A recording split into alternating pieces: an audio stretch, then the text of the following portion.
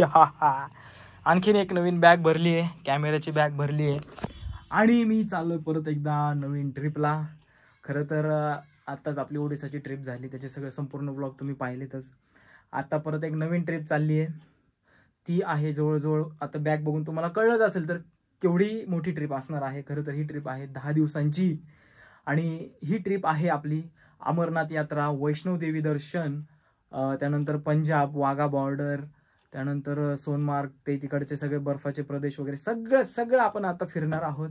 आणि मी खूप एक्सायटेड आहे की एक ट्रिप झाली लगेच दुसरी ट्रिप चालू आहे आणि आता हे सगळं भरून हे सगळं घेऊन चाललोय आपण अमरनाथ यात्रेला. आणि ही ट्रिपचे आयोजन आपले चिखली गावचे युवा नेते जितेंद्र बाळासाहेब यादव यांनी केलेलं आहे. आणि कॅमेऱ्याची बॅग घेतली म्हणजे अर्थातच माझं शूटिंगचं काम असणार आहे ट्रिपचं, ते पण करणार आणि तिकडचं दर्शनही तुम्हाला मी घडवणार. चला तर मग ट्रिपमध्ये काय काय मजा घडतीये, यात्रा कशी होतीये, अमरनाथ यात्रा चालत पूर्ण होईल की घोड्यावरती करता येईल, वैष्णोदेवी कसं होईल, हे सगळं काही मी तुम्हाला माझ्या ब्लॉग्सद्वारे लवकरच दाखवणार आहे. जर तुम्ही आणखीनही चॅनलला सबस्क्राईब केलं नसेल तर सबस्क्राईब करा आणि आवडल्यावर लाईक करा. चला आता आपण आलोय चिखली चौकामध्ये आणि हे बघू शकता इकडे गाड्या आलेल्या आहेत. इथून पुणे स्टेशनपर्यंत बस आहेत. जवळजवळ 250 यात्रेकरू या यात्रेचा आनंद घेणार आहेत. बाहेर गाड्या लागलेल्या आहेत, यात्रेकरू बसमध्ये बसत आहेत. तोपर्यंत आपली यात्रा निर्विघ्नपणे पार पडावी असं साकडं घालत ही आरती आपण करत आहोत. गणपती बाप्पा मोरया, मंगलमूर्ती. चला गणपती बाप्पाला साकडं घालून फायनली आपली ट्रिप चालू झालेली आहे आणि आपण 250 यात्रेकरू घेऊन पुणे स्टेशनच्या दिशेने निघालेलो आहोत. प्रत्येक कार्यकर्त्याला एक गाडी दिलेली आहे, असे प्रमाणे मला ही गाडी दिलेली होती. आम्ही 3-4 जण कार्यकर्ते या गाडीमध्ये होतो आणि यात्रेकरूंची गैरसोय होऊ नये म्हणून त्यांना पाण्याची बॉटल वगैरे सर्व काही गाडीतच देण्यात आलं होतं.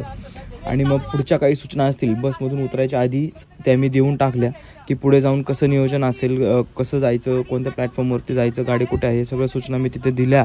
आणि मग त्यानुसार प्रवास करत करत आम्ही फायनली पुणे स्टेशनवरती पोहोचलो आणि सांगितलेल्या सूचनेप्रमाणे आपली झेलम एक्सप्रेस होती. सगळे यात्रेकरू आपापल्या डब्यांमध्ये जाऊन बसले.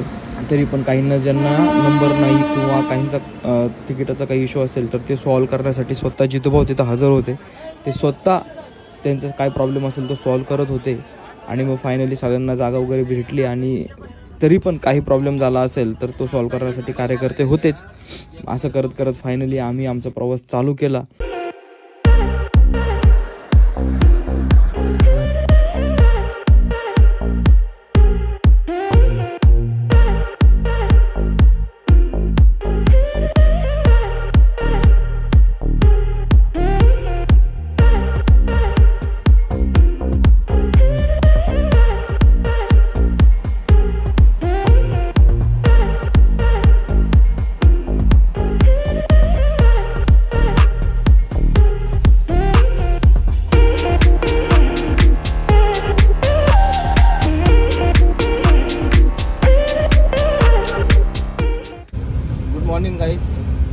तर आज ट्रिपचा 3रा दिवस आहे.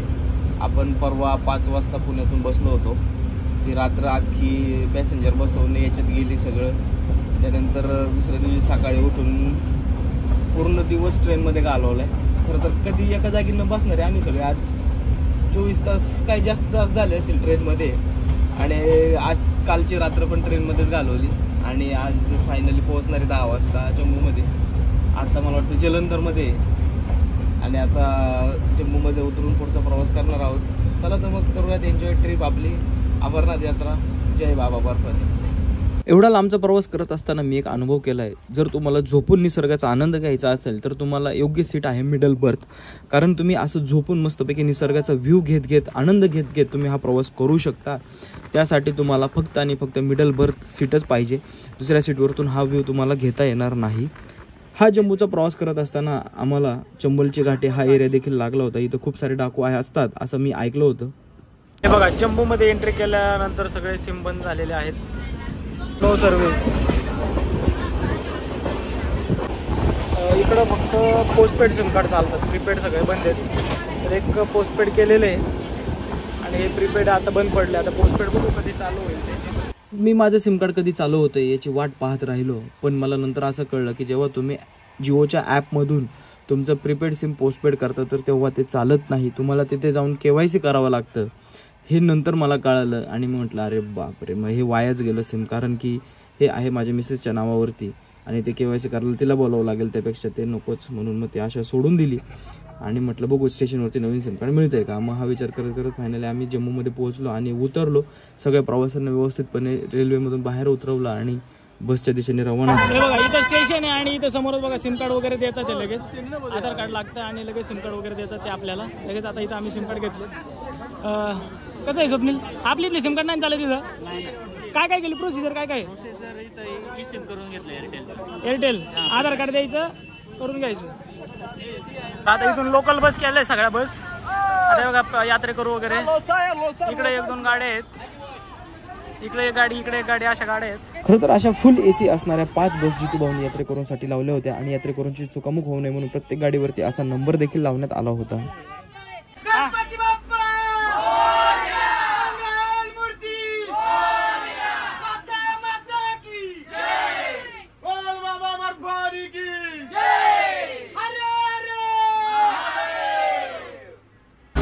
हेलो, क्या हाल चाल है भाई, कैसे हो? एकदम ठीक ठाक, आप कैसे हो? बढ़िया बढ़िया. आप कहाँ जा रहे हैं अभी अपन? अभी हम जा रहे हैं बाबा बर्फानी के पास. ओके. अभी हम जम्मू में हैं. हाँ तो हम आज स्टे है हमारा श्रीनगर में. हाँ हाँ. तो कल इंशाल्लाह हम पहुंचेंगे बाबा बर्फानी के पास. बाबा बर्फानी के पास. ओके. अभी यहाँ से कितना दूर है श्रीनगर? अभी यहाँ से 300 किलोमीटर है श्रीनगर. कितना? 300 किलोमीटर. अरे बाप. कितने बजे तक हम पहुंचेंगे श्रीनगर? टाइम वेस्ट नहीं करना है हमें, टाइम तो नहीं करना है क्योंकि यहाँ टाइम के अकॉर्डिंग चलना होता है. हाँ हाँ हाँ. तो उसका हमें ध्यान रखना है. हम पहुंचेंगे 5 बजे के करीब श्रीनगर. 5 बजे तक. हाँ. ओके. वेस्ट नहीं होना चाहिए और ट्रैफिक जैम नहीं होना चाहिए. ओके. यहाँ पे कुछ चेक पोस्ट वगैरह भी रहता है क्या? चेक पोस्ट नहीं रहेंगे. हाँ वहाँ रहेगा, बालताल में रहेगा. बालताल में. वो कल जाएंगे ना अपन? कल जाएंगे. कल चेक पोस्ट है, आज कोई चेक पोस्ट नहीं है. आज कोई चेक. ओके. हाईवे है क्या सब? रास्ता अच्छा है क्या? रास्ता कैसा? एक नंबर है, एक नंबर. हाँ क्या?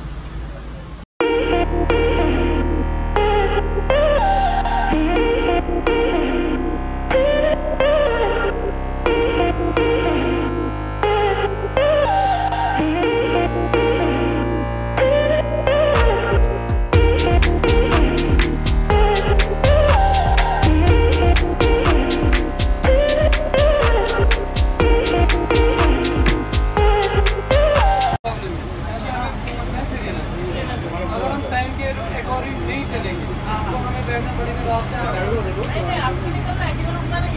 अभी जो इधर हमें ब्रेकफास्ट मिलने वाला है, पार्सल गाड़ी में लाएंगे. हाँ हम निकल जाएंगे. लेकिन उधर हमको भी इंफॉर्मेशन कर दो आप पीछे वाले गाड़ी पे. हाँ तो 1-2 बंदे जाना नीचे, बस सारे नहीं. 4 बंदे सगळ्यांना खाली उतरले ना घ्यायचं आणि वाटत जायचं. पाणी हमें एक स्टॉप 12 बजे वाला स्टॉप छोड़ दिया हमने जो पीछे. वो छोड़ दिया. उधर 12 बजे तक. अभी आ जाएगा आगे हमें 2 बजे वाला. ओके. 2 बजे की छोड़ के फिर आएगा 4 बजे वाला. ची सगळी माहिती घेत पुढचं प्लॅनिंग करत आम्ही फायनली नाश्त्याच्या ठिकाणी पोहोचलो आणि पटकन नाश्ता करून आम्हाला पुढचा जो चेकपोस्ट आहे तो लवकर पार करायचा होता. कारण जर आपण 2 वाजेच्या आत पुढं नाही गेलो तर तिथं गाडी आपली थांबवणार होते आणि तिकडं स्टे करायला लावणार होते. त्याच्यामुळे लवकरात लवकर आम्हाला सगळं उरकून पुढं जायचं होतं. म्हणून मग पटपट ब्रेकफास्ट केला आणि निसर्गाचा आनंद घेत घेत काश्मीरच्या रस्त्याने आम्ही श्रीनगरकडे चाललो होतो. आणि मग दुपारच्या जेवणाची वेळ झाली होती, मग गाडीतच पार्सल आले होते. तर असं काही जेवण वगैरे आम्ही सर्व काही गाडीतच केलं होतं, कारण आम्हाला टाईम वाचवायचा होता आणि तो चेकपोस्ट आम्हाला क्लिअर करायचा होता. म्हणून सर्व काही आम्ही गाडीत जेवण करून पुढच्या प्रवासाला चालू केलं. मस्तपैकी निसर्गाचा आनंद घेत घेत आम्ही पोहोचलो आणि शेवटी व्हायचं तेच झालं. या अमरनाथ यात्रेला जायचं असेल तर तुम्हाला 3च्या आत यावं लागतं, नाही तर पुढं सोडत नाही. बघा आमच्या सगळ्या गाड्या इथं थांबून ठेवल्यात. ही एक गाडी आहे, मागच्या गाड्या आहेत आणि मग आता इथं राहायची सोय केली आहे. हे बघा सगळं मागं कसं चालू आहे. आता आपल्याला लागतं तेवढे कपडे घ्यायचे आणि मग यात्रे निवासवरती जायचं आणि मग तिथं आंघोळ वगैरे करून कपडे बदलायचे. स्वप्नील कसं वाटतंय? छान वाटतंय. किती दिवस आंघोळ नाही? 3 दिवस झाला आंघोळ नाही. आता आंघोळीसाठी कपडे वगैरे घेऊन जायचे. घेतले का कपडे? घेतले का? बापाजी आले. देखो सर जी आ गए. सर जी ने हमको नहीं छोड़ा अभी आगे. हे बघा सगळे यात्रेकरू कसे बॅगा भरतात ते काढतात ते. चला मित्रांनो काय झालंय पुढं जायला सोडत नाही त्याच्यामुळे इथंच थांबलोय. हे बघा इकडे पत्रे वगैरे आहेत आणि हा अवतार आहे. पहिले आंघोळ वगैरे करतो आणि मग नक्की काय झालंय सगळं तुम्हाला डिटेलमध्ये सांगतो. चला पहिले फ्रेश होऊयात, आंघोळ करूयात आणि मग पुढचे डिटेल्स तुम्हाला मी सांगतो सगळं. तर झालं काय की आपण आलो जम्मूवरून श्रीनगरकडे जायला निघालो होतो आणि जाता जाता काय झालं की रूल माहीत नव्हता की 3 नंतर इकडं सगळं बंद असतंय. 3 नंतर पुढं एंट्री देत नाही. मग आपण जम्मूवरून बनियनपर्यंत एक टोल नाका आहे तिथपर्यंत आलो. तर तिथं काय केलं त्यांनी 2 स्टॉप आहेत. एक 12च्या आत क्रॉस करायचा, एक 3च्या आत क्रॉस करायचा असतो. तो माहिती नव्हता. मग आपण 12च्या आतवाला वेळेत क्रॉस केला पण पुढं वेळ झाल्यामुळं थोडं लेट झालं आणि मग आपण 3:30च्या आसपास इथं पोहोचलो बनियाल टोल नाका. तर मग त्याच्यामुळे काय केलं की त्यांनी आपल्याला तिथंच थांबवलं आणि इकडं सगळी सोय वगैरे केलेली आहे राहायची सगळ्या यात्रेकरूंची. माझ्या मागं बघू शकता हे मागचे जे पत्र्याचे शेड आहेत त्याच्यामध्ये राहायची सोय आहे, आंघोळीची सोय आहे. तिकडेच आंघोळ वगैरे केली आहे. हे बघा ही सगळी सोय केली आहे राहायची. इकडं वेगवेगळे सेक्शन वगैरे आहेत. अशी सोय करून सगळे तुम्ही राहू शकता, एन्जॉय करू शकता. हे बघा असा सगळा फ्री लंगर इकडं आहे आणि आता हे सगळं आपण एन्जॉय करणारे बघूया काय काय फ्री लंगरमध्ये खायला. चला नमस्कार.